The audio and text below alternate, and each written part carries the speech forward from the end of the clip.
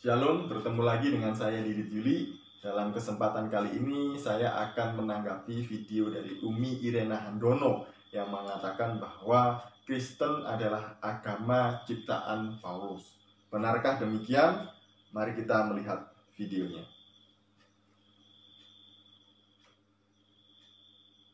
Istilah Kristen ternyata baru muncul antara tahun 40 sampai 50 Masehi. Menurut Kisah Para Rasul pasal 11 ayat 26 dikatakan, mereka tinggal bersama-sama dengan jamaah itu 1 tahun lamanya sambil mengajar banyak orang. Di Antiokhia lah murid-murid itu untuk pertama kalinya disebut Kristen. Peristiwa ini terjadi yaitu setelah Nabi Isa mengalami bahaya dan diselamatkan oleh Allah. Umi mengatakan bahwa peristiwa ini terjadi setelah kejadian Yesus mengalami bahaya atau Nabi Isa mengalami bahaya dan diselamatkan oleh Allah, katanya kan. Nah, apakah yang dimaksud oleh Umi ini adalah kematian atau penyaliban Yesus yang mereka menolak bahwa Yesus tidak mati di salib tapi diserupakan? Nah, silahkan dilihat di video saya yang ini. Nah, antara kejadian ini dengan kematian Yesus itu kira-kira menurut para pakar teologi jaraknya sekitar 1 tahun, karena Yesus mati pada tahun 33 Masehi dan Stefanus mati diperkirakan tahun 34 Masehi. Dan sekarang mari kita melihat video yang kedua. Sebagian tetap menjadi pengikut Nabi Isa. Mereka lah yang disebut dengan istilah kaum Hawariyun. Mereka lah yang disebut dengan Ahlul Kitab. Dan kemudian sebagian yang lagi, mereka terbujuk oleh Paulus. Mereka ingkar dari ajaran Nabi Isa. Oleh Paulus mereka diajak menyeberang ke sebuah kota yang namanya Antiokhia. Ibu dan Bapak, kalau kita cari Antiokhia saat ini di peta nggak ketemu. Karena Antiokhia kota itu sudah punah. Kota tersebut letaknya adalah di Syria. Maka dibawa menyeberang ke Syria. Di sanalah di Antiokhia itu mereka tinggal bersama dengan Paulus selama 1 tahun lamanya. Untuk apa dengan Paulus tinggal 1 tahun? Mereka kemudian dilatih oleh Paulus, dibina oleh Paulus, dan setelah itu mereka mendeklarasikan sebuah lembaga yang kemudian diagamakan yang namanya adalah Kristus. Nah, video yang kedua ini Umi mengatakan bahwa Antiokhia sudah dimusnahkan, dan kalau kita melihatnya di peta itu ada di Syria. Nah, apakah benar Antiokhia sudah dimusnahkan? Tidak, karena reruntuhannya situsnya masih ada sampai sekarang dan letaknya bukan di Syria tapi di Turki. Dan kemudian dia juga mengatakan bahwa Paulus menyeberang ke sana atau Saulus menyeberang ke Antiokhia. Padahal kalau kita melihat di konteks Kisah Para Rasul 11 ayat 19 sampai 30, yang pertama kali menyeberang itu bukan Saulus atau Paulus, tapi murid-murid yang lain, yaitu ada orang Siprus dan juga orang Kirene. Jadi mereka pergi ke Antiokhia, mereka mengabarkan Injil di sana, dan jumlah mereka semakin hari semakin banyak, dan akhirnya terdengar oleh jemaat Yerusalem. Barulah jemaat Yerusalem pada ayat yang kedua itu mengutus Barnabas untuk melihat apakah ini benar atau tidak. Ternyata benar, dan Barnabas akhirnya pergi ke Tarsus untuk mencari Saulus. Jadi Saulus ini datangnya belakangan, bukan dulu. Nah, kemudian juga dikatakan bahwa di sana ini Paulus dan Barnabas tinggal 1 tahun dan mengajar orang banyak, dan kemudian mendirikan lembaga yang namanya Kristen. Saya baru tahu dan baru dengar kalau ada lembaga Kristen terbentuk pada Kristen mula-mula pada abad pertama Masehi. Nah, apakah benar Kristen adalah ciptaan Paulus? Tidak, karena Kristen itu adalah bentuk dari sindiran atau hinaan dari orang-orang Antiokhia kepada para pengikut Yesus atau Kristus. Nah, Kristen ini artinya adalah Kristus kecil atau pengikut-pengikut Kristus. Nah, mari kita lihat video selanjutnya. Maka ternyata ajaran Kristen justru menentang hukum Taurat. Nabi Isa menggenapi Taurat, tapi Kristen justru menentang Taurat. Apa pembuktiannya?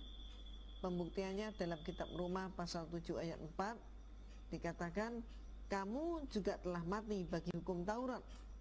Kitab Roma pasal 7 ayat 6 dikatakan, kamu telah dibebaskan dari hukum Taurat.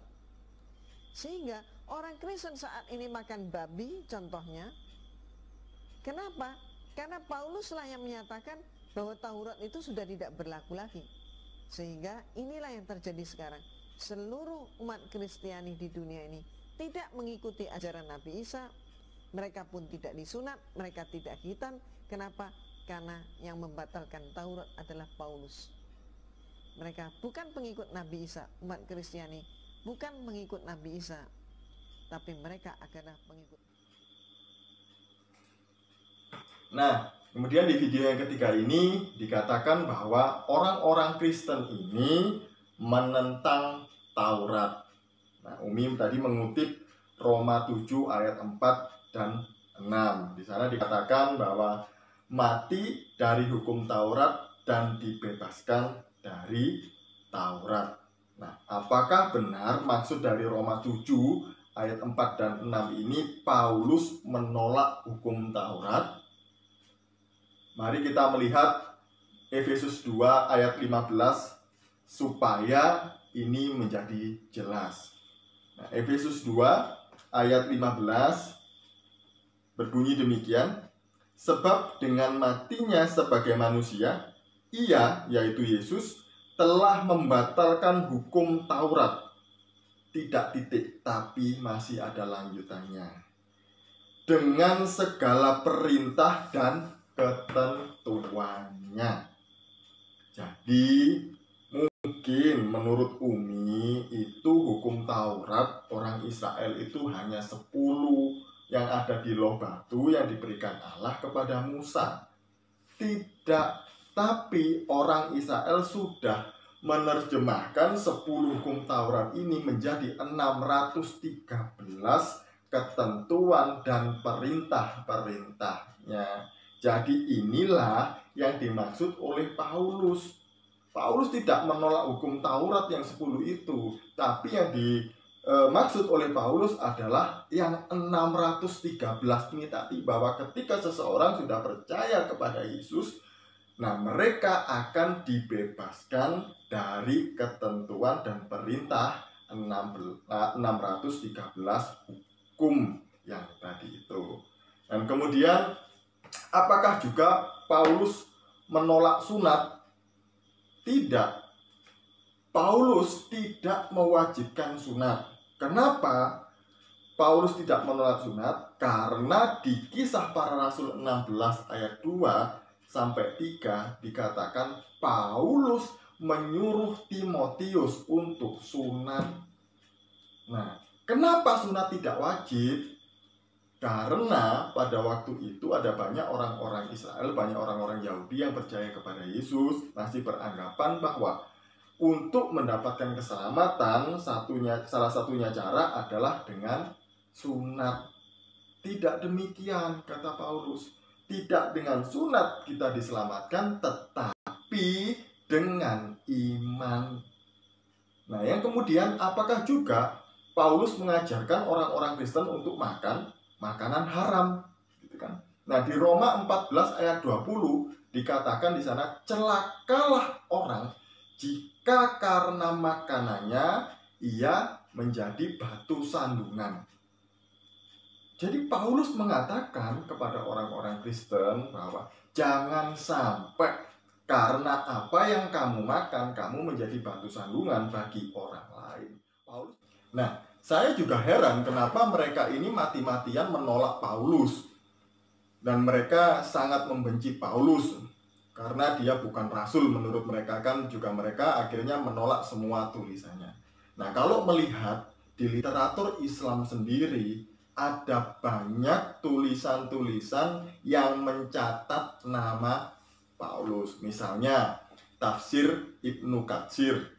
Di sana juga dikatakan bahwa ada 3 murid yang namanya Simon, Yohanes, dan Paulus. Mereka adalah utusan Nabi Isa yang dikirim untuk berdakwah ke Antioquia. Kemudian yang kedua, yaitu Syamil Quran, Miracle the Reference, terbitan tahun 2010. Di sana juga merekomendasikan tafsir Ibnu Katsir, yaitu mencatat nama Paulus juga. Tapi setelah itu menjadi perdebatan sendiri, pergunjingan di antara mereka, dan akhirnya terbitan tahun 2010 ini ditarik dari peredaran, kemudian direvisi dan nama Paulus dicoret. Dan yang ketiga itu ada karya Kiai Bisri Mustafa, yaitu Al-Ibris, tafsir bahasa Jawa dalam bentuk Arab Pegon. Di sana beliau juga mencatat ada nama Yohanes dan Paulus yang adalah utusan Nabi Isa ke Antioquia. Jadi jelas ya, sebenarnya dulu tidak ada penolakan terhadap Paulus. Hanya di abad modern ini akhirnya mereka menolak Paulus.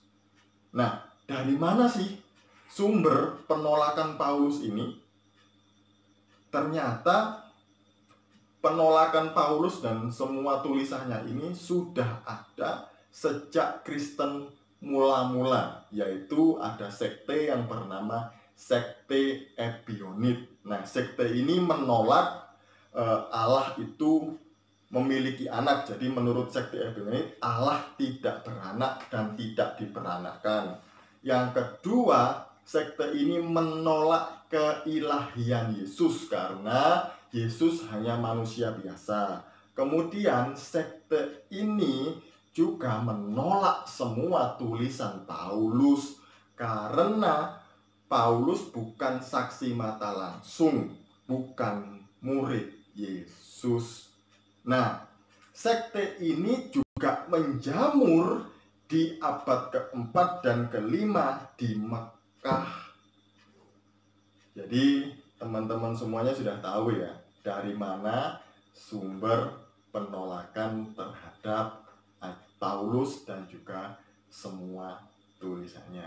Jadi jelas ya, bahwa Kristen ini bukan lembaga yang didirikan oleh Paulus, tapi Kristen adalah hinaan bagi pengikut Kristus, yang artinya adalah Kristus kecil. Sekali lagi, tidak terbukti kalau Kristen ini adalah ciptaan Paulus. Terima kasih. Shalom, Tuhan Yesus memberkati.